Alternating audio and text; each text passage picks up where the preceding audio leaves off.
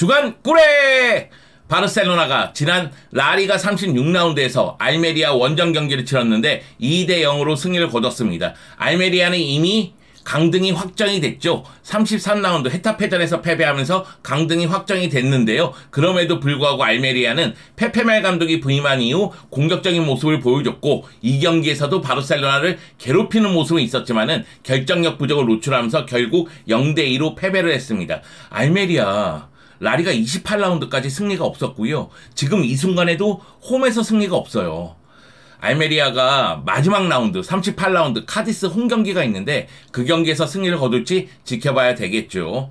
자, 이 경기 결과로 바르셀로나는 라리가 2위에 위치하고 있고 지로나는 3위에 위치하고 있습니다. 바르셀로나는 지로나전 패배 이후에 소시에다드에게 2대0 승리, 알메리아에게 2대0 승리를 거두면서 2연승을 달렸고요. 반면에 지로나는 바르셀로나에게 4대2로 승리했음에도 불구하고 지난 두 경기에서 1무 1패를 기록하면서 라리가 3위로 내려왔죠. 라리가 순위편을 보면은 레알 마드리드가 이미 우승을 확정지은 가운데 2위 경쟁이 매우 뜨거웠는데요. 바르셀로나가 지로나와 승점 4점 차로 2위에 위치하고 있기 때문에 2위를 확정할 가능성이 매우 농후해졌고요. 반면에 지로나는 지금 이 순간 위기입니다. 왜 그러냐면 4위 아틀레티코 마드리드가 라리가에서 4연승을 달리면서 지로나하고의 격차를 줄여놨어요. 승점 2점 차입니다. 그렇기 때문에 아틀레티코 마드리드는 남은 두 경기에서 3위로 올라가고자 최선을 다할 것으로 보이고요. 지로나 같은 경우에는 다음 경기가 발렌시아 원정 경기인데 이 경기가 최대 고비가 될 가능성이 큽니다. 또 잉글랜드 언론 쪽에서는 지로나가 챔피언스 리그가 아니라 유로파 리그에 나갈 가능성에 대해서 언급을 했습니다. 풋볼시티 그룹이 맨체스터 시티와 지로나에 대한 지분을 갖고 있잖아요. 근데 유에파가 이 두 팀이 챔피언스 리그에 진출했으니 두 팀 중에 한 팀의 지분을 30%로 줄이라고 했어요. 그런데 풋볼시티 그룹이 맨시티 지분은 100% 갖고 있고 지로나의 지분은 47%를 갖고 있기 때문에 만약에 두 팀 중에 한 팀의 지분을 줄인다면은 당연히 지로나의 지분을 줄이겠죠. 만약에 지분이 47%인데 30%로 줄이지 못했다. 그러면 지로나는 챔피언스 리그가 아니라 유로파 리그에 나갈 수도 있다는 이야기입니다. 이 이야기는 결과가 나와봐야 알 수 있을 것 같습니다. 이런 이야기가 나오고 있다. 요 정도만 알고 계시면 될 것 같습니다. 자, 그러면 바르셀로나 이야기에 집중을 한번 해볼까요? 바르셀로나 같은 경우에는 페르민의 두 골, 중요한 순간 페르민이 해결사 역할을 했습니다. 그러면서 알메리아 원정에서 2대 0으로 승리를 거뒀고 전체적으로 어린 선수들이 제 역할을 하는 모습이 나왔어요. 공격 쪽에서 페르민, 수비 쪽에서 엑토르 포트와 쿠바르시 정말 뛰어난 활약을 펼친 경기였죠. 자, 그러면 경기 결과부터 상세히 알아보도록 하겠습니다. 여러분 함께 가시죠. 렛츠 고! 바르셀로나가 라리가 36라운드 알메리아전에서 페르민 로페스의 두 골을 앞세워서 2대 0으로 승리를 거뒀습니다. 첫 골은 기가 막혔죠. 엑토르 포트가 오른발로 크로스를 올렸는데 이 크로스 궤적이 너무나 아름다웠습니다. 뒷공간으로 뚝 떨어지는 그 가운데 페르민이 뒷공간으로 들어가면서 헤더로서 골을 넣었습니다. 그러면서 이 경기 선제골이자 결승골이 터졌는데요. 페르민이 이 골이 자신의 리그 6호 골이거든요. 그런데 올 시즌 헤더로만 3골을 넣는 모습을 보여줬습니다. 그리고 후반전에도 페르민이 주인공이었죠. 세르지 로베르토가 오른쪽 하프 스페이스로 들어가면서 낮고 빠른 크로스를 줬고 그 가운데 페르민이 들어가면서 왼발 인사이드로 마무리 지었습니다. 결국 이 경기는 페르민의 두 골로 바르셀로나가 2대 0으로 승리를 거둔 것이죠. XG값 보면은 0.77 대 1.60, 점유율은 35% 대 65%, 슈팅 숫자 보세요. 12개 대 16개거든요. 요 슈팅이 3대 7이에요. 사실 알메리아의 공격도 굉장히 날카로웠습니다. 특히 전반전 레오 바티스타의 슈팅은 너무 아쉬웠고요. 후반전 안토니 로사노의 슈팅도 너무나 아쉬웠습니다. 결정적인 기회를 놓치는 장면이 나왔다는 거죠. 여기다 엠바르바의 슈팅은 골대 맞고 나오기도 했고요. 전체적으로 알메리아는 골운이 따르지 않으면서 결정력 부족을 노출하면서 결국 바르셀로나를 상대로 골을 넣지 못하면서 패배를 당했습니다. 그리고 이런 부분에 대해서 말씀드리는 이유는 바르셀로나의 수비가 순간적으로 무너지는 장면이 몇 차례 나왔다는 거죠. 이런 부분에 대해서는 차비 감독이 복귀를 하고 수정을 할 필요성이 있습니다. 여러분, 이 알메리아전은 차비 감독이 바르셀로나 지휘봉 잡고 리그 100번째 경기였습니다. 리그 100경기에서 69승 16무 15패를 기록했는데 올 시즌은 리그에서 5패를 기록했죠. 엘 클라시코에서 2패, 지로나전 2패, 그리고 비아레알전 1패, 그러면서 5패를 기록했는데 이 5경기 패배가 다 아쉬움이 남습니다. 그래도 결과론적으로 3위 지로나와 승점 차가 4점 차니까요. 36라운드에서 지로나는 비아레알에게 0대1로 패배했기 때문에 바르셀로나 입장에서는 2위를 차지할 가능성이 더욱더 농후해진 상황입니다. 자, 그러면 바르셀로나의 전술 매번 똑같지만 다시 한번 말씀드리도록 하겠습니다. 솔직히 저는 선발 라인업 보면서 좀 놀랬거든요. 일단 긴도아는 경고 누적으로 나올 수가 없고, 가비, 페드리, 더용은 여전히 부상이고요. 아라우가 무릎 통증 때문에 출전할 수가 없었습니다. 그렇기 때문에 알메리아에 가지도 않았습니다. 그런데 제가 좀 놀란 거는 하피냐가 뛰지 않은 거예요. 하피냐가 제외된 부분이 좀 놀라웠거든요. 크리스텐센이 제외된 것도 좀 이해가 됐습니다. 왜냐면 세르지 로베르토가 전반기 알메리아전에서 멀티골을 넣었기 때문에 이 경기 선발 출전했다는 생각이 들고요. 그리고 칸셀루가 최근 수비에서 약간의 문제가 있기 때문에 엑토르 포트를 왼쪽 측면 수비수로 기용한 것이라고 저는 생각을 하거든요. 그런데 하피냐는 최근 공격 포인트가 진짜 많았잖아요. 하피냐가 선발에서 제외된 것뿐만이 아니라 이 경기에서 아예 출전하지 못했죠. 그래서 하피냐가 부상인가? 그런 생각이 들어서 경기 후에 좀 찾아봤더니만 차비 감독하고 불화설이 있더라고요. 물론 이것은 설입니다. 그렇기 때문에 아직까지는 확신할 수 없지만 일단 이 경기에서 하피냐가 제외된 건 좀 미스테리합니다. 여하튼 바르셀로나 같은 경우에는 오른쪽에 페르민이 하프스페이스로 들어가고 왼쪽에 페란이 중앙으로 오면서 왼쪽 하프스페이스에서 플레이하는 모습이 나왔죠. 그 가운데 엑토르 포트가 올라와서 적극적으로 공격 가담하는 모습이 있었어요. 바르셀로나는 전반전에 3-2 형태로 공격을 전개하는 모습이 나오다가 상대가 라인을 내리는 후반전 같은 경우에는 쿤데도 적극적으로 올라가는 모습이 나왔습니다. 여하튼 바르셀로나는 공격적인 모습을 유지하고자 노력을 했는데 다만 미드필드 플레이는 좀 아쉬움이 있었어요. 페드리가 못했다고 생각하진 않지만 페드리답지 않게 패스미스가 좀 있는 경기였고요. 세르지 로베르토 같은 경우에는 앞쪽에서 차단하지 못하면 상대 공격수를 쫓아가지를 못하는 모습이 계속 나왔어요. 물론 이 경기에서 세르지 로베르토가 도움도 하나 기록하기는 했지만 세르지 로베르토는 좀 아쉬움이 있었습니다. 그렇기 때문에 후반전에 세르지 로베르토가 빠지고 텐센이 들어가면서 수비를 조금 더 보강하는 모습이 나오기도 했습니다. 그리고 공격진은 저는 이 경기 좀 아쉽던데요. 라민 야말도 솔로 플레이를 통해서 활로를 개척하고자 노력했고 여전히 라민 야말의 공격은 매섭습니다. 그렇기 때문에 라민 야말은 그래도 제 역할을 했다는 느낌이 들지만 페란 같은 경우에는 공격 쪽에서의 기여도가 너무 떨어지는 모습이에요. 그리고 레반도프스키를 70분도 되지 않은 상태에서 뺐거든요. 그러면서 페란이 최전방으로 가고 주앙 페리스가 왼쪽에 위치하는 모습이 있었는데 페란은 최전방에서도 아쉬움이 있었습니다. 차비 감독이 선수들의 컨디션이라든가 선수들의 상황을 파악하고서 선발 라인업을 짰겠지만은 좀 아쉬움이 있는 공격진의 움직임이었어요. 그리고 수비 이야기는 해야 될 것 같아요. 알메리아가 전반전에도 그렇고 후반전에도 그렇고 확실한 득점 기회를 만들었는데 결정력 부족을 노출했죠. 그것이 바르셀로나를 도와준 셈입니다. 레오 바티스탕이 전반전에 밀고 들어갔을 때 그거를 차단하지도 못했고 쫓아가지도 못했어요. 이 부분에 대해서 생각을 좀 해봐야 되고, 그리고 수비 쪽에서 안정적으로 볼 처리가 안 되니까 안토니 로사노에게 슈팅을 허용하는 장면도 나왔었죠. 일단 수비 쪽에서의 집중력을 조금 더 높일 필요성이 있다는 생각이 들었습니다. 자, 그러면 차비 감독 인터뷰를 볼까요? 차비 감독은 나는 정말 프로페셔널한 스쿼드와 함께하고 있다. 다음 시즌 스페르코파에 진출하기 위해 최선을 다하고 있다. 2위를 차지해야지만 스페르코파에 나간다고 말씀을 드렸습니다. 구단의 재정 상황이 쉽지는 않지만 상황을 반전시키기 위해 구단 내 모두가 노력하고 있다. 이 부분에 대해서 이야기를 좀 해야 되겠죠. 알메리아에 라포르타 회장과 데코 스포츠 디렉터가 오지 않았습니다. 그러다 보니까 차비 감독이 선수 영입에 대한 요구를 바르셀로나가 받아들이기가 좀 어려운 상황이 아니냐, 이런 이야기가 또 나왔거든요. 그런데 라포르타 회장하고 데코 스포츠 디렉터는 바르셀로나 페메니, 즉 여성팀을 따라갔죠. 바르셀로나 페메니는 다가오는 주말에 코파 데라 레이나 결승전을 치르죠. 여자 스페인 FA컵으로 보면 됩니다. 소시에다드와 대결을 펼치는데요.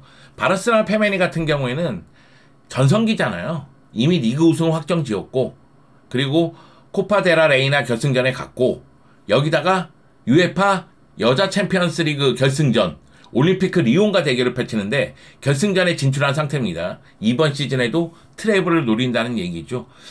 다만 언론이 보기에는 이거 라포르타 회장하고 차비 감독하고 의견차가 발생을 하면서 이곳에 오지 않은 것이 아닌가. 왜냐하면 언론이 보기엔 이곳에 오고 나서 사라우사로 가면 되잖아, 이렇게 볼 수도 있잖아요. 그런데 그런 부분에 대해서 차비 감독은 부인을 했습니다. 직접적으로 들은 이야기는 없다 이러면서요. 자, 다음으로 넘어가서 다음 시즌에는 가능한 많은 타이틀을 얻고 싶다고 이야기를 했습니다. 스페르코파에 나갈 것이라고 확신하기 때문에 많은 트로피를 들어 올리고 싶다 이런 이야기를 했죠. 나는 배고프고 흥분되고 야망이 있다고 이야기를 했습니다. 그러면 이 경기의 MVP 2골을 넣은 페르민 이야기로 넘어가야 되겠죠. 페르민 로페스가 이 경기에서 풀타임을 소화하면서 2골을 넣었습니다. 올 시즌 리그에서만 7골을 넣었어요. 슈팅 4개, 유효슈팅 4개니까 슈팅의 정확도가 정말로 대단했죠. 거기다가 패스 성공률이 95%였고요. 키패스를 무려 3회나 했습니다. 드리블 성공도 2차례 시도해서 모두 성공시키는 모습이 나왔습니다. 올 시즌 공식 41경기에서 10골 1개의 도움, 2자릿수 골 넣은 거죠. 그리고 리그에서는 7골을 넣었습니다. 페르민이 오른쪽 하프 스페이스에서 볼이 없을 때 침투하는 타이밍이 기가 막히더라고요. 그러면서 이 경기에서 2골을 넣은 것이죠. 차비 감독은 경기 후에 인터뷰에서 페르민을 칭찬을 했습니다. 차비 감독은 2년 반 전에도 페르민을 좋아했다고 하더라고요. 인대 갔다 와서 더 발전했고 프리시즌에 테스트를 해보니까 너무나 좋았기 때문에 A팀에서 계속 같이 활약하고 있는 것이라는 이야기를 했습니다. 그리고 도움을 기록한 엑토르포트 얘기도 하더라고요. 엑토르포트 같은 경우에는 수비의 모든 포지션을 소화할 수 있는 선수다. 그렇기 때문에 활용 가치가 굉장히 높고 다재다능한 선수다. 이런 이야기를 했습니다. 아마도 페르민과 엑토르포트, 라마시아 출신들이 결승골을 합작해냈기 때문에 이 부분이 더 기쁘지 않았나. 세르지 로베르토 같은 경우에도 젊은 선수들에 대한 칭찬을 아끼지 않는 모습이 있었고요. 자, 빅토르 호키 이야기를 반드시 해야 됩니다. 왜냐면 이 경기에서 빅토르 호키가 교체 출전해서 최전방에서 뛰는 모습이 있었어요. 슈팅 한 차례 했긴 했지만은 이 슈팅은 골키퍼에 막히는 모습이 있었죠. 올 시즌 공식 14경기에서 2골 넣었습니다. 327분 뛰었어요. 빅토르 호키에 대해서 판단하기에는 뛴 시간이 너무 부족한 게 사실이죠. 327분밖에 뛰지 않았기 때문에 빅토르 호키도 경기 감각을 올리거나 라리가에 대한 적응력을 높이거나 바르셀로나 스타일에 적응하기가 쉽지만은 않았을 거라고 생각이 듭니다. 다만 빅토르 호키가 327분 뛰면서 보여준 모습은 만족스럽지는 않아요. 그렇기 때문에 빅토르 호키가 비판을 듣는 것도 이상한 일은 아닙니다. 그럼에도 불구하고 빅토르 호키의 잠재력을 믿고 능력을 신뢰하는 사람들은 비니시우스도 1014경기에서 2골 5도움을 기록했다. 근데 지금 한번 비교해보세요. 비니시우스가 1014경기 뛴 그 시간이 611분입니다. 약 2배야. 그리고 레알 마드리드는 비니시우스가 제 실력을 발휘하도록 기다려줬다는 거죠. 그렇기 때문에 바르셀로나도 빅토르 호키가 제 실력을 발휘하도록 기다려줄 필요성이 있다고 이야기하는 겁니다. 여기다가 빅리그 소속 23세 이하 선수들과 비교했을 때 90분당 득점이 0.55골이면 나쁘지 않다. 이렇게 생각하시는 분들도 있더라고요. 제가 지금 이 순간 빅토르 호키를 이야기하는 이유는 이 경기에서도 아쉬움이 있었고 그리고 최근 빅토르 호키를 둘러싼 이야기가 정말 많았잖아요. 일단 바르셀로나의 상황을 고려했을 때 빅토르 호키가 다가오는 여름에 인대 갈 가능성이 크다. 그리고 인대를 배제하지 않고 있다. 이런 뉴스가 먼저 나왔거든요. 그리고 나온 뉴스가 빅토르 호키가 겨울에 합류한 거는 차비의 뜻이 아니었다. 데코의 뜻이었다. 이런 이야기가 있었고요. 그리고 차비 감독이 빅토르 호키를 좋아하지 않는다. 여기다가 차비 감독은 빅토르 호키가 기량 미달이라고 생각한다. 이런 보도들이 연달아서 나왔습니다. 사실 빅토르 호키가 바르셀로나에 합류하기 전에 3개월 정도 부상이었어요. 그러다 보니까 체중이 좀 불어난 상태였다고 하더라고요. 결국 라리가에 빠르게 적응하기에는 그만큼 어려운 상황이었다는 이야기가 되죠. 그런데 차비 감독이 알메리아전 인터뷰를 통해서 말도 안 된다. 그는 아직 훈련 중인 선수다. 당장은 그보다 앞서 있는 선수들이 있을 뿐이다.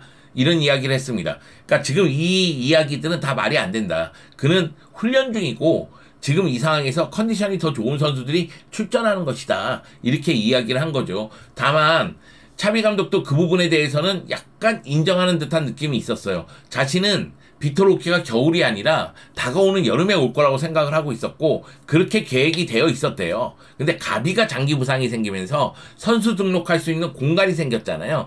그래서 비토 로키가 갑작스럽게 겨울에 합류했다는 이야기를 하더라고요. 그리고 최근 비토 로키가 명단에서 제외가 되거나 아니면 출전하지 못한 이유는 비토 로키 선수의 몸 상태가 좋지 못했대요. 그렇기 때문에 결국 출전시킬 수 없었다고 이야기를 했습니다. 결국 비토 로키에 대한 이야기가 많이 나오니까 알메리아전에서는 후반전 비토 로키를 투입시키는 모습이 나왔던 거죠. 조금 전에 이야기한 부분들 언론의 보도가 나오면서 비토 로키 에이전트도 인터뷰를 했죠. 출전 시간이 보장되지 않는다면 이번 여름 완전 이적으로 떠날 것이라고 이야기를 했습니다. 바르셀로나는 임대 이적만 생각하고 있죠. 비토 로키가 적응력을 높이고 돌아오기를 원하는 거고, 반면에 비토 로키 에이전트는 비토 로키의 출전 시간이 너무 부족하다. 출전 시간이 이렇게 부족한데 어떻게 제 실력을 발휘하느냐. 그리고 바르셀로나를 떠난다면은 임대는 아니라 이적이다. 그렇게 이야기를 했다고 하더라고요. 일단 비토 로키가 다가오는 여름에 어디서 뛸지는 모르겠지만 비토 로키의 입지가 계속해서 흔들리고 있는 건 사실로 보입니다. 자, 남은 일정 이야기를 좀 해볼까요? 바르셀로나는 37라운드에서 라요를 상대로 홈경기를 치르고요. 38라운드 세비야 원정 경기를 펼칩니다. 바르셀로나 입장에서는 라요전에서 승리를 거두면서 2위를 확정할 계획이겠죠. 반면에 지로나는 발렌시아 원정 경기, 이 경기가 어려워요. 만약의 경우 이 경기에서 패배한다? 그러면 아틀레티코 마드리드의 추격을 허용하게 됩니다. 그리고 그라나다하고 홈경기가 있는데 그라나다는 이미 강등이 확정이 됐죠. 그렇기 때문에 그라나다하고의 홈경기는 제가 생각하기엔 지로나가 승리할 가능성이 큽니다. 바르셀로나 입장에서는 2위 확정까지는 1승 남았어요. 그렇기 때문에 이번 시즌 마지막 홈경기 라요전에서 승리를 거두면서 2위를 확정하고 세비야전에서는 여유를 갖고 경기에 임했으면 하는 바람이 있습니다. 사실 바르셀로나는 올 시즌 무관으로 마쳤기 때문에 벌써부터 다음 여름 이적 시장 이야기와 다음 시즌 이야기가 많이 나오고 있습니다. 바르셀로나는 피보테와 왼쪽 윙포드가 필요하다는 사실, 이건 더 이상 비밀이 아니죠. 그러다 보니까 왼쪽 윙포드 자리에 뭐 니코 윌리엄스라든가 다양한 선수들이 연결이 되고, 피보테 자리에 수비맨드라든가 기도 로드리게스라든가 다양한 선수들이 또 연결이 되고 있습니다. 그 가운데 최근 연결되는 선수가 사비 시몬스죠. 사비 시몬스는 라마시아 출신이죠. 라마시아에서 가비와 발데와 함께 성장을 했습니다. 16세의 나이에 파리 생제르맹으로 이적하게 됐는데 올 시즌 같은 경우에는 라이프치히에 임대돼서 환상적인 활약을 펼쳤죠. 그렇기 때문에 지금 이 순간 라이프치히도 계속 임대하기를 원하고, 파리 생제르맹 같은 경우에 루이스 엔리케 감독은 돌아오기를 원합니다. 그리고 바르셀로나도 임대 영입을 원하고 있는 상태죠. 사비 시몬스의 마음이 중요합니다. 바르셀로나 같은 경우에는 임대 영입이고 라마시아 출신이고 지난 시즌 활약이 대단했고, 그렇기 때문에 사비 시몬스 영입이 나쁘다고 볼 수는 없죠. 아니요, 매우 좋다고 봐야 되겠죠. 그런 측면에서 사비 시몬스가 바르셀로나에 올지는 지켜봐야 될 것으로 보입니다만, 일단 최근 이야기가 굉장히 뜨겁다, 이런 이야기를 전해드립니다.